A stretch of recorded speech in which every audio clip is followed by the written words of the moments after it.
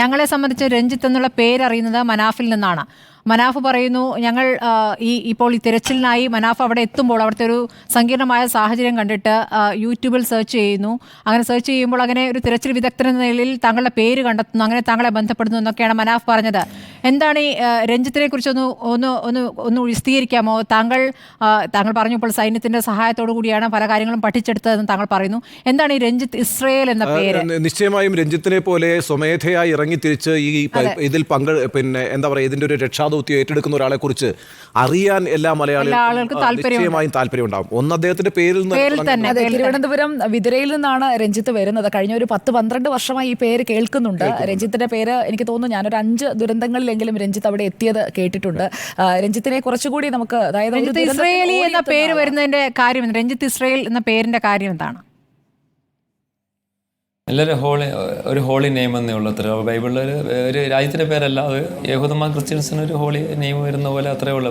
ഉൽപ്പത്തി ജെനിസിസ് എന്ന ആദ്യത്തെ ഉൽപ്പത്തി പുസ്തകത്തിൽ നിന്ന് വരുന്ന ഒരു സെലക്റ്റീവ് ആയിട്ടുള്ള നെയിമാണ്, അല്ല വേറെ അതിൻ്റെ അകത്ത് കാര്യങ്ങളൊന്നുമില്ല. പിന്നെ ഇത് റെസ്ക്യൂ ഫീൽഡിലേക്ക് വരുന്നത് ചെറിയത് പിന്നെ കാര്യങ്ങൾ. പിന്നെ ഈ നിലമ്പൂർ കവളപ്പാറ കഴിഞ്ഞോടി പിന്നെ കുറച്ച് അവിടുത്തെ അന്നൊക്കെ അദീല അബ്ദുള്ള സാറൊക്കെ, അത് ആലപ്പുഴ ജില്ലാ കളക്ടറായിരുന്നു. ഈ അന്ന് സാറൊക്കെ ആലപ്പുഴ ഫ്രണ്ട് കുറവായിട്ട് അങ്ങോട്ട് വിട്ടിരുന്നു. അപ്പോൾ അത് കഴിഞ്ഞിട്ട് ശേഷം കുറച്ച് സപ്പോർട്ട് കിട്ടി ചില കോഴ്സുകളൊക്കെ ഫിനിഷ് ചെയ്തിട്ടുണ്ട്. ഗോവ നാഷണൽ ഇൻസ്റ്റിറ്റ്യൂട്ടിൽ നിന്ന് തന്നെ കുറച്ച് ഈ വാട്ടർ സെർച്ച് ചെയ്യുന്നു കാര്യങ്ങളെല്ലാം. പിന്നെ ടണൽ റെസ്ക്യൂ എല്ലാം പോയി നേരിട്ട് ഓപ്പറേറ്റ് ചെയ്ത് പഠിച്ചതാണ്. ഉത്തരാഖണ്ഡിൽ തന്നെ ഒരുപാട് ഡീപ്പായിട്ടുള്ള ഒരുപാട് പേര് മരിച്ചുകൊണ്ട് രക്ഷപ്പെട്ട ചരിത്രങ്ങൾ അതിൻ്റെ അകത്തുള്ളൂ. അത് ഡീപ്പായിട്ട് ഓപ്പറേറ്റ് ഈ ഹൈഡൽ പ്രോജക്റ്റ് ടണൽസും റോഡ് പ്രോജക്റ്റ് ടണൽസ് എല്ലാം. പക്ഷേ കൂടുതൽ ഇത് വളരെ ദുഃഖം ഉണ്ടാക്കുന്നത്, ഞാൻ പറഞ്ഞില്ല, ഒരു സന്തോഷകരമായ അവസ്ഥയല്ല. ഒരു എന്താ അർജുൻ്റെ കുടുംബം അങ്ങനെ കിടക്കുമ്പോഴത്തേക്ക്, പെങ്ങളങ്ങനെ അവരെ മാതാപിതാക്കളെ കിടക്കുമ്പോഴത്തേക്ക് അത് വല്ലാത്തൊരു നിരാശയും വേദനാജനകവും. ഇത്ര അടുത്ത് കിടന്നൊരു ഓടിയെത്താം. ഞാൻ പറഞ്ഞു എൻ്റെ കുഴപ്പമല്ല, ഞാൻ അറിഞ്ഞ് വന്നപ്പോഴത്തേക്ക് ഒന്നും അറിയുന്നില്ല. ഞാൻ എൻ്റെ NDRFൻ്റെ വഴി അത്ര ഉണ്ടെങ്കിൽ മാത്രം സീരിയസ് ആയിട്ടുള്ള കാര്യങ്ങൾ ഇടപെടുന്നത്. കാരണം സിവിലിയനാണ്, സാധാരണ ഒരു പണിക്കാരനാണ് ഞാൻ. പൈസ വാങ്ങി ചെയ്യുന്നതല്ല. ഈ എക്യുപ്മെൻറ്റ്സ് ആണ് കിട്ടുന്ന പൈസ സ്വരൂപൂട്ടി വെച്ച് വാങ്ങിക്കുന്ന എക്യുപ്മെൻറ്റ്സ് ആണ്.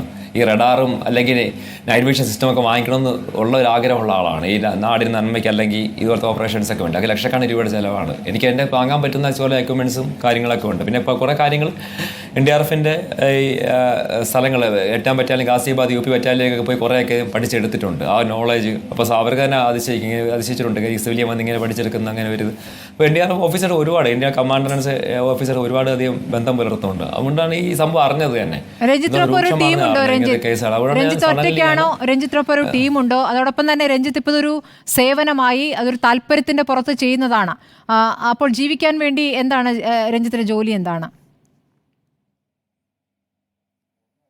എൻ്റെ ചെറിയ കൃഷിയും കാര്യങ്ങളാണ്. ഒരു പ്ലാന്റേഷൻ്റെ ഒരു എസ്റ്റേറ്റ്സ് ഉണ്ട്, അവിടെ കുറച്ച് കാര്യങ്ങൾ നോക്കുന്നുണ്ട്. പിന്നെ കൃഷിയും ബേസുകൾ. അതായത് ഒരിക്കലും എൻ്റെ മോട്ടിവേഷൻ ചെറുത് ആർമി ഒരു കമാൻഡോ ഓഫീസർ റാങ്കിലേക്ക് എത്തണമെന്ന് പറയുന്ന ആഗ്രഹം, ഒരു റാങ്ക് ഓഫീസർ എത്തണമെന്ന് പറയുന്ന ആഗ്രഹം, കമാൻഡോ സർവീസിലൊക്കെ പോകണം, സ്പെഷ്യൽ ഫോഴ്സിൽ പോകണം ആഗ്രഹം. പക്ഷേ ചെറുതിൽ എനിക്കൊരു ബ്രെയിൻ കാര്യങ്ങൾ, ചെറിയ ഫീവറൊക്കെ വന്നായിരുന്നു. അത് ഓവർകം ചെയ്തപ്പോഴത്തേക്ക് കുറച്ച് ഒരു ഇത് വന്നായിരുന്നു. ഡോക്ടർ മാർത്താണ്ഡപിള്ള അനന്തപുരി ഹോസ്പിറ്റൽസിനാണ് ചികിത്സ വന്നപ്പോഴത്തെ ആ സമയത്ത് എനിക്ക് മെഡിക്കലി പ്രശ്നമുണ്ട്. പിന്നെ അതിനുശേഷം ഈ അസുഖം റിക്കവർ ചെയ്തുകൊണ്ടാണ് ഈ ദുരന്തങ്ങളെല്ലാം ചെയ്തത്. അതിനുശേഷം ഈ മെൻ്റൽ, ഞാൻ പറയില്ല, ഫിസിക്കൽ സ്ട്രെങ്തിനേക്കാളും വേണ്ട മെൻ്റൽ സ്റ്റാൻഡേർഡാണ് വേണ്ടത്.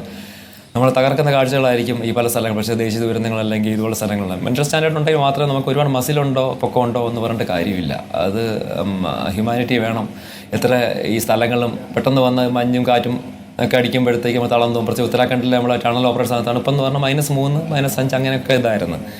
അപ്പോഴത്തേക്ക് ആ ഒരു നമ്മൾ 17 ദിവസം മാറി നിന്നില്ല, തിരിച്ചു പോകുന്നില്ല. അതിനുശേഷം ഒരുപാട് വിട്ടുപോയവരുണ്ട്, ആ സ്റ്റേറ്റുള്ളവർ തന്നെ വിട്ടുപോയവരുണ്ട്. അപ്പോൾ ആ ദിവസം അത്രയും തണുപ്പും സഹിച്ചുകൊണ്ട് അത്രയും കാലാവസ്ഥ ജീവിച്ചിട്ടുണ്ട്. നമ്മളെല്ലാം ഇതും മൈൻഡ് കുറച്ച് നല്ല.